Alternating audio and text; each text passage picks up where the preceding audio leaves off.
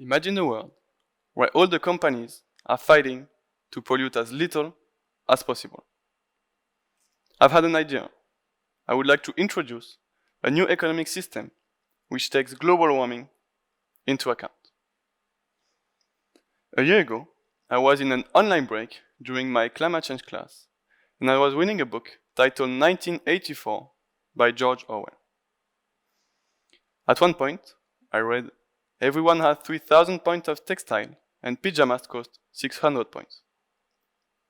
Orwell imagined a life with limited resources. Why don't we create the exact same world as George Orwell? A big dictatorship where no one can give his opinion. You all okay with that? No, of course not.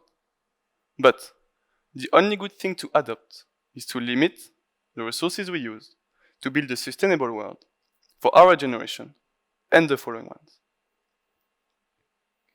To begin with, we know that carbon dioxide is the most polluting greenhouse gas, more than 3 times higher than the second one, the methane.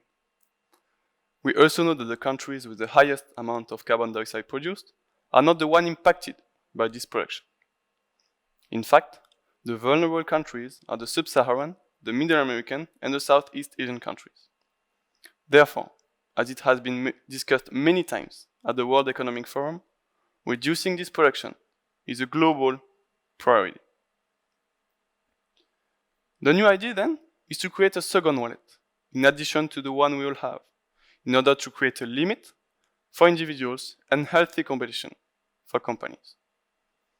But first, let's talk about the wallet we know.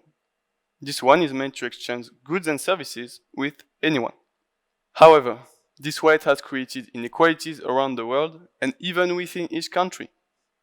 This wallet does not consider environmental problems because money drives people and companies. Here comes the new idea. Another wallet, completely independent from the actual one, and without the possibility to be exchanged with actual money.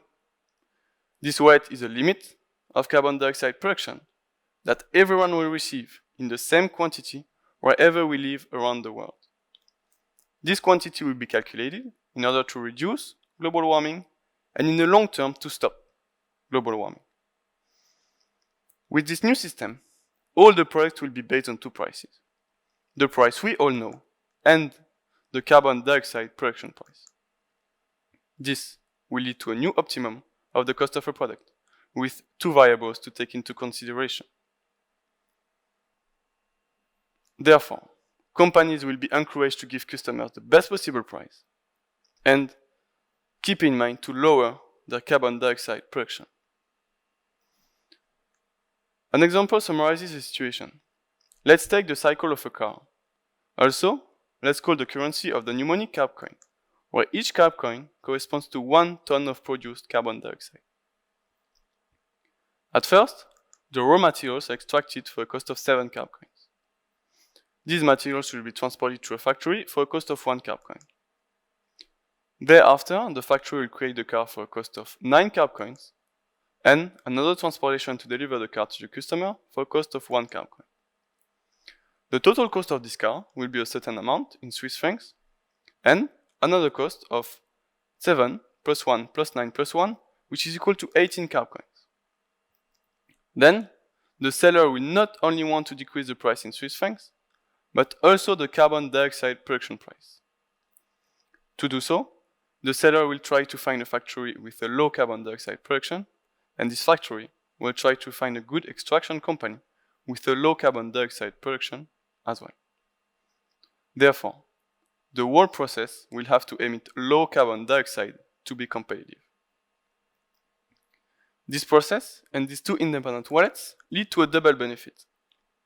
Customers get the best possible price, and above all, the environment benefits the most.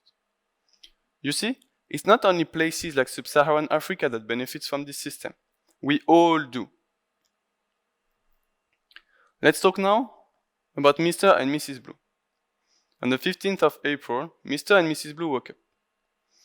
Mr. Blue drove the car to go to work, and as every Thursday, he refilled his car tank, which decreased a lot his carbon dioxide emitting limit because a lot of carbon dioxide generated in the production of oil. Mrs. Blue chose to go to work by train. The train ticket cost a low carbon dioxide production price, because low carbon dioxide is generated in the production of electricity compared to the oil. At the end of the day, Mr. Blue finished his work before his wife and went to the supermarket. He bought products with the cheapest price, products which were imported from all over the world. Then, the carbon dioxide production price that he paid was high due to the importation.